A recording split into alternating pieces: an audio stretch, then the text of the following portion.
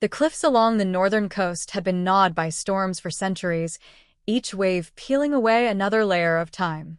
Dr. Elias Grant crouched near the newest scar in the limestone, brushing grit from the blackened curve of what should have been stone but was not. He steadied his breath, his gloved hand hovering an inch above the smooth surface. It was too large, too deliberate, and it curved like the armor of something that had once lived. Behind him, Marcus Hale shifted his weight and muttered, "That's not just a rock. That's a bloody tank plate." His voice carried the dry rasp of someone more accustomed to field grit than academic halls. He leaned on his hammer, his dark eyes narrowing at the exposed length. "You're not about to tell me a bug grew that big, are you?" Elias didn't answer. His gaze traced the curve to where the cliff swallowed it again. Judging by proportion, if this was what he suspected, then it had once stretched the length of a small car. Fossilized exoskeleton, segmented and ridged, layered in stone that should have belonged to an age long past.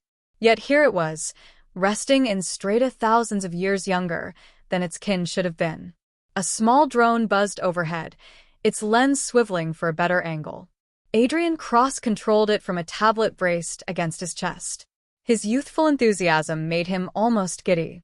"Scan confirms density variance," he announced, his tone too quick, too eager. "It's hollow in sections. Could be collapsed cavities inside. Definitely organic or what used to be." Elias finally straightened, stretching the stiffness from his knees. He glanced at Adrian, then at Marcus. "This isn't supposed to exist here. Not at this depth, not in this formation.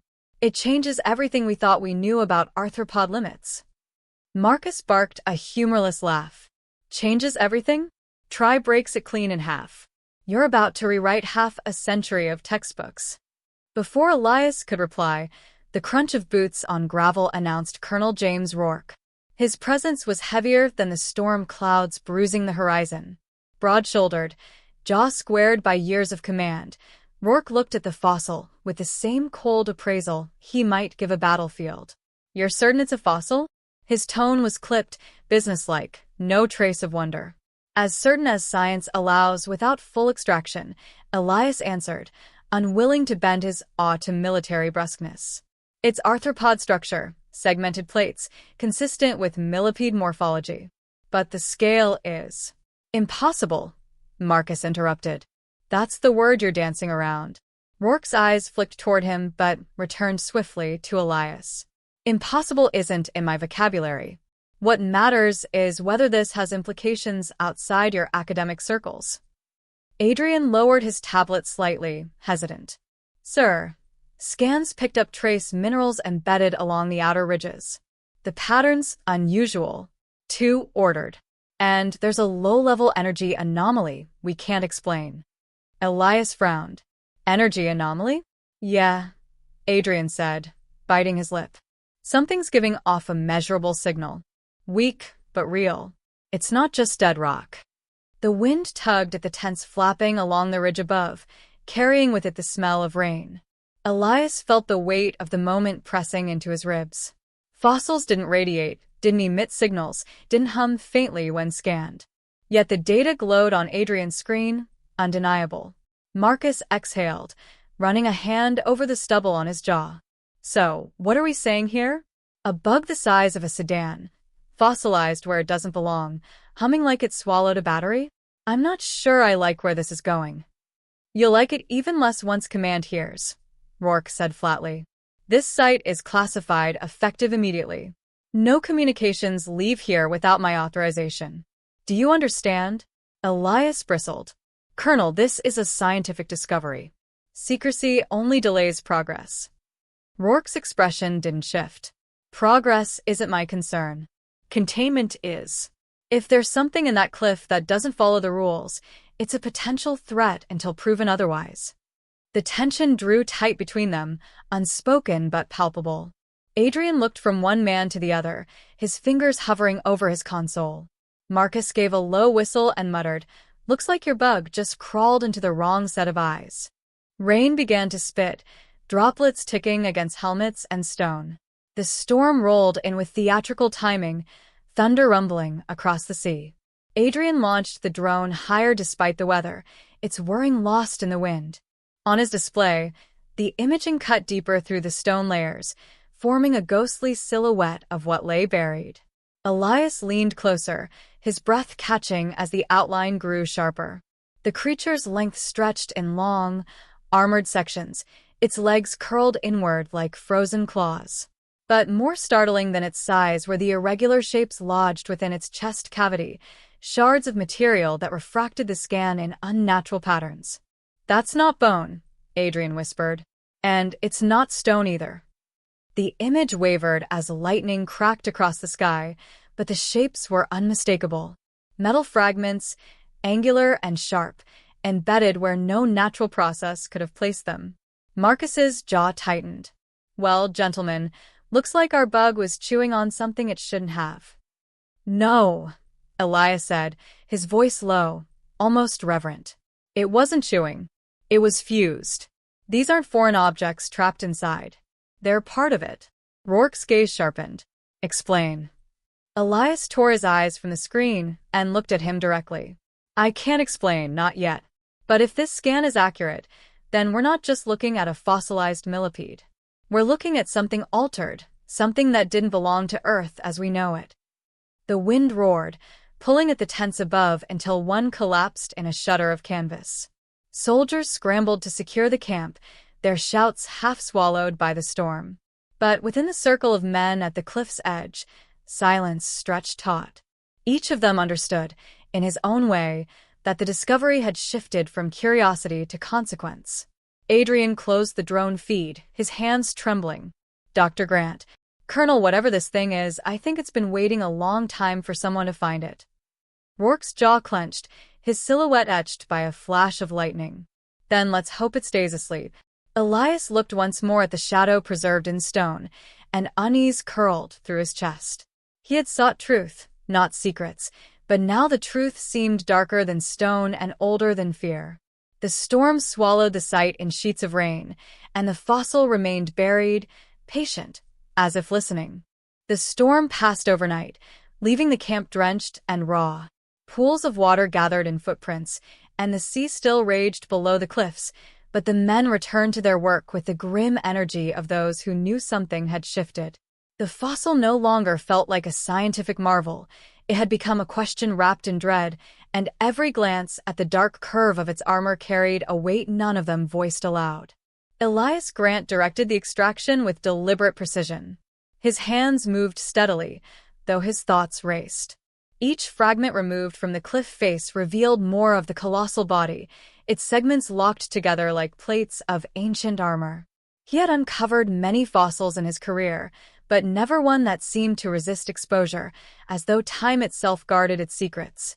Marcus Hale swung his pick with a rhythm born of stubbornness rather than enthusiasm. "You ever think," he said between strikes, "that some things are buried because they're supposed to stay that way?" His tone was flippant, but his eyes betrayed unease. "Science doesn't respect superstition," Elias replied, though his voice lacked conviction. "Neither does survival," Marcus muttered, breaking away a slab that revealed another jagged edge of the creature's flank. Adrian Cross crouched nearby with his scanner, eyes glued to the shifting data on his display. He had barely slept, not from fear but fascination. "I've isolated the metallic fragments," he announced, his voice cutting the tension. "They're embedded deep, fused to the organic tissue. The composition it doesn't match any alloy I've seen. The lattice is beyond our metallurgy. It's precise, almost deliberate." Elias knelt beside him, studying the display. The readings pulsed faintly, as if the fossil exhaled. "It suggests augmentation," he said quietly. "This creature wasn't just a natural giant. It was engineered." "By who?" Marcus asked. "Not who," Elias corrected, "but what. We may be staring at proof of intervention. Earth wasn't always left to its own devices." Marcus gave a sharp laugh, but it was hollow. "So now we're not just digging up bugs the size of cars. We're digging up alien experiments? You realize how that sounds?" "It sounds," Rourke interrupted, his boots grinding against the wet gravel, "like something above all our pay grades." His presence carried the same authority as a command post. He had spent the morning on encrypted communications, his expression unreadable, but now he stood over them like a judge. Command has authorized continuation under military oversight. Every fragment you uncover, every reading you record, passes through me first. Elias stiffened. Colonel, withholding knowledge from the scientific community is a betrayal of progress. It's a precaution, Rourke said. His gaze swept over Adrian's screen, narrowing at the alien latticework. If this is technology, and I'm not saying it is, then it doesn't belong in the open. It belongs under control. Adrian swallowed hard. With respect, sir, the data isn't just anomalous. It's intelligent. I've been picking up signals again, faint but consistent. They repeat in sequences. Prime numbers. Patterns that aren't random. Elias's heart hammered. Communication. Rourke's expression darkened. Or a trap. The air inside the excavation trench thickened with silence. Even Marcus, usually ready with cynicism, had no retort. He only shook his head, muttering, "Nature doesn't count prime numbers." They worked on in tense quiet, each man's thoughts circling the same inescapable possibility. The fossil was not a relic, but a message. A whisper left in stone, waiting. By dusk, the team had freed enough of the creature's body to see its full scale. It sprawled across the cliff like a buried engine of war, each segment ridged and armored, legs curled in upon themselves. The sight made Marcus set down his tools, his voice hushed for once. Imagine a world where these things walked. Imagine trying to survive that. Elias studied the massive form, awe-shadowed by dread. Perhaps that was the point. Not survival, domination. Adrian broke the stillness. I've been decoding fragments of a signal. His voice trembled with both excitement and fear. He tapped his tablet, and lines of numbers flickered on the display. It's a structured language, mathematical at its base. Whoever or whatever built this, they wanted it to be found. Rourke stepped closer, looming over the young technician. And what happens when you finish decoding it? What if it's not a message, but an activation sequence? Adrian faltered, the glow of discovery dimming in his eyes. Elias interjected firmly, "Knowledge cannot be feared into silence. If this is communication, we must understand it before deciding what to do with it." Rourke's gaze locked with his, two immovable wills colliding. The colonel's voice dropped to a cold certainty. "Understanding doesn't matter if it costs lives. I've seen what happens when men chase knowledge without considering consequences. It ends in graves." The words landed heavily, their truth undeniable. Yet Elias could not relent. The need to know burned too fiercely. That night, as the camp settled under a reluctant calm, Adrian remained awake in his tent. Rain still dripped from the canvas, a slow rhythm against silence. He had concealed a copy of the raw data, unwilling to surrender everything to Rourke's chain of command. His fingers flew across the tablet, decoding line after line until the patterns began to coalesce into meaning. He whispered the translation under his breath, testing the words that rose from numbers. Beacon. Vessel. Awaiting signal. A shiver ran through him, part exhilaration, part dread. He should have stopped. He should have obeyed. Yet the lure of discovery was stronger than caution. He pressed deeper into the code, watching shapes emerge from the mathematical fog, symbols that hinted at design, at purpose. Marcus found him hours later, hunched over the screen, eyes bloodshot but burning with determination. "You're playing with fire, kid," Marcus said quietly. Adrian looked up, startled, guilt flickering across his face. "It's not just noise. It's a beacon. This thing, it was never just a creature. It was part of something bigger. A system. And if I'm right, it's not dead. It's waiting." Marcus's jaw tightened. He glanced toward the cliff, where the fossil slept beneath tarps and shadows. Then maybe the colonel's right. Maybe some discoveries aren't meant to see daylight. But if we don't understand it, Adrian pressed, how will we defend ourselves if there are more? Marcus didn't answer. He only looked at the boy, then at the stormlit sea beyond. His silence said enough.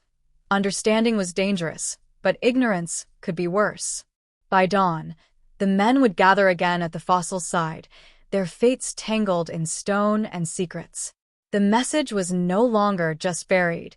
It was unfolding, and whether it promised knowledge or ruin, none of them could turn away. The camp transformed overnight. Where once there had been scattered tents and careful excavation, there now stood barricades of steel mesh, armed patrols pacing in rigid formation, and floodlights cutting through the mist like artificial suns. Colonel Rourke's reinforcements had arrived, and with them the air thickened, the site no longer a scientific endeavor, but a military occupation. Dr. Elias Grant watched from the trench as soldiers installed sensor arrays along the cliff. He felt the intrusion as a violation, each spike hammered into the soil like a nail through the heart of discovery. "We're suffocating the very thing we're trying to understand," he said bitterly. Marcus Hale leaned on his hammer, sweat streaking through the grime on his face despite the morning chill. "That's assuming Rourke wants to understand anything. I think he's more interested in keeping it locked up until Kingdom Come." From the command tent above, Rourke observed their work with the detachment of a chess player. To him, the men and their tools were pieces on a board, maneuvered toward containment. Yet beneath his discipline ran a tension Elias couldn't ignore. The colonel's eyes lingered too long on the fossil, as though he saw not just a threat but a memory of battlefields past, where the unknown had swallowed men whole. Adrian Cross crouched by his console, wires spilling like veins across the ground. He had refined the signal capture, isolating strands of data with obsessive care. "The transmission's stronger now," he said, his voice tight with nerves. "It's responding to us. Every time we drill deeper, it adjusts, like it's listening." Elias knelt beside him, scanning the jagged waveform pulsing on the display. "It's not just a fossil. It's a construct, a hybrid of biology and technology. And it's aware." Marcus barked a laugh that lacked humor. "Aware? You're telling me that bugs got a mind in there?" "Not a mind," Elias corrected, though doubt crept into his tone. "But a system. Something dormant until we woke it." Rourke descended into the trench, boots grinding gravel. His presence was as heavy as armor. "Then the solution is simple. We put it back to sleep. Permanently." Elias rose, fury sparking in his chest. "You can't destroy the greatest discovery in human history because it frightens you." Rourke's jaw tightened. "I've seen what happens when fear is ignored. Men die. Nations fall. Progress means nothing if it leaves us defenseless." The two men stood inches apart, neither yielding. Adrian looked between them, caught between loyalty to his mentor and the command that paid for his equipment. The silence stretched until Marcus broke it, his voice low. "Arguing doesn't change the fact that the thing's waking up. You feel that." A tremor rippled underfoot, subtle at first, but undeniable as tools rattled against stone. The fossilized plates groaned within the cliff, dust sifting from cracks. Adrian's screen spiked with activity, the signal no longer faint but surging, a rhythm like a heartbeat. Soldiers scrambled, rifles raised toward the unmoving giant embedded in rock. Floodlights flickered as if the air itself rebelled. The tremor deepened, cracking the excavation floor, and with a shuddering roar the cliff face split wider, revealing a second form entwined in the stone. This one was not inert. Legs twitched with glacial slowness, armored segments flexing against the weight of millennia. Its body gleamed with a sheen that was not fossil but metal, preserved with unnatural perfection. One lidless eye, faceted and black as obsidian, cracked open to reflect the floodlights. Adrian gasped, his voice strangled. "It's alive." Panic surged through the soldiers. Gunfire erupted, bullets sparking harmlessly off plates thicker than steel. The creature shifted, the sound like boulders grinding in an avalanche, and with each movement, the ground trembled harder. Elias's heart hammered in his chest, awe and terror warring within him. "Do you see? This isn't death preserved. This is design. They built it to endure." "Then we end it now," Rourke snapped. He signaled, and rockets streaked toward the awakening giant. Explosions tore chunks from the cliff, but the creature's armored hide absorbed the impact with barely a scorch. It reared higher, its bulk blotting out the floodlights, its mandibles snapping like swords of stone. Marcus pulled Elias back as debris rained down. "You want a proof, Doc? Well, here it is, and it's about to stomp us flat." Elias resisted, his eyes locked on the impossible behemoth. "No, don't you see? Its movements aren't random. It's searching. It's responding to the signal Adrian intercepted." Adrian's trembling fingers danced across his console. "If I can alter the signal, maybe I can confuse it. Distract it." Rourke rounded on him, eyes blazing. "You'll do no such thing without my order." But Elias stepped forward, placing himself between the boy and the colonel. "If he can communicate with it, that may be the only chance we have. Bullets won't kill this thing." The ground split again, a cavern yawning beneath the trench. Floodlights swung wildly, catching glimpses of tunnels stretching into darkness. The creature's legs clawed toward them as though memory guided its path back into the world. Adrian's voice shook, but his determination steadied. "Give me 30 seconds. That's all I need." Rourke hesitated, torn between instinct and necessity. The soldiers' weapons clattered uselessly against the armored plates. The monster loomed, mandibles crashing down inches from the barricades. Finally, the colonel growled, "Do it." Adrian rerouted the transmission, his screen bleeding lines of alien code.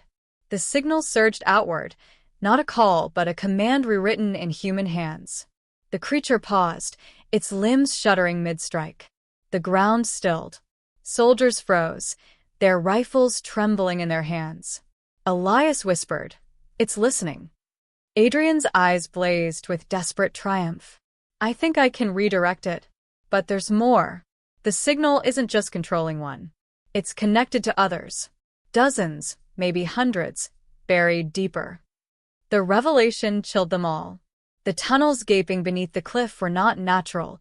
They were graves, waiting to open. Marcus spat into the dirt, his face grim. "So, this isn't just about one bug. This is a damn army." Rourke stared at the motionless behemoth, his jaw set like stone. The central conflict had shifted. It was no longer about science or secrecy, but survival. If Adrian was right, humanity had uncovered not a relic, but a battleground. The creature's eye flickered, a glint like a star trapped in glass. The silence stretched, heavy with the knowledge that they had only delayed, not defeated, the awakening. And in that silence, each man understood. The war had already begun. The earth convulsed beneath their boots, a grinding chorus of stone and metal as the awakened behemoth tore free from its tomb. Segments of its body rippled with mechanical strength, each plate gleaming in the floodlights as though forged yesterday, not entombed for millennia. Soldiers fired wildly, the rattle of rifles and roar of rockets swallowed by the creature's sheer enormity. The air filled with smoke, dust, and the acrid sting of ozone. Colonel Rourke barked orders, his voice cutting through the chaos like a blade. "Hold your line. Heavy weapons, focus fire on the joints." He moved with soldier's precision, calm under pressure, yet even his discipline faltered when the creature's mandibles snapped down and pulverized an armored vehicle as if it were kindling. Elias Grant dragged Adrian out of the trench as rubble crashed around them. His heart thudded with a mixture of awe and terror. "You can't control it," he shouted over the din. "It isn't just a machine, it's alive." Adrian's hands shook, clutching his tablet like a lifeline. "But it listened before. If I can adjust the signal again, if I can isolate the command core, I might turn it against itself." His voice cracked with desperation, but his eyes burned with conviction. Marcus Hale stumbled up beside them, covered in grit and fury. "That's a hell of a gamble, kid. You screw it up, and we're all paced under its legs." He hefted a satchel of explosives, grim resolve etched into his face. "But if the tech fails, I've got a backup plan. Might not kill it, but it'll slow the bastard down." Rourke stormed over, eyes blazing, every inch of him the commander forced to choose between impossible options. "Grant, I need an answer, science or firepower. We don't have time for both." Elias looked from Adrian's trembling hands to Marcus's clenched fists. The boy's mind and the man's grit, two halves of humanity's strength. He met Rourke's gaze and spoke with iron in his voice. We need both. Adrian, you buy us control. Marcus, you buy us time. The colonel nodded once, grim acceptance passing over his face. Then let's make history or die trying.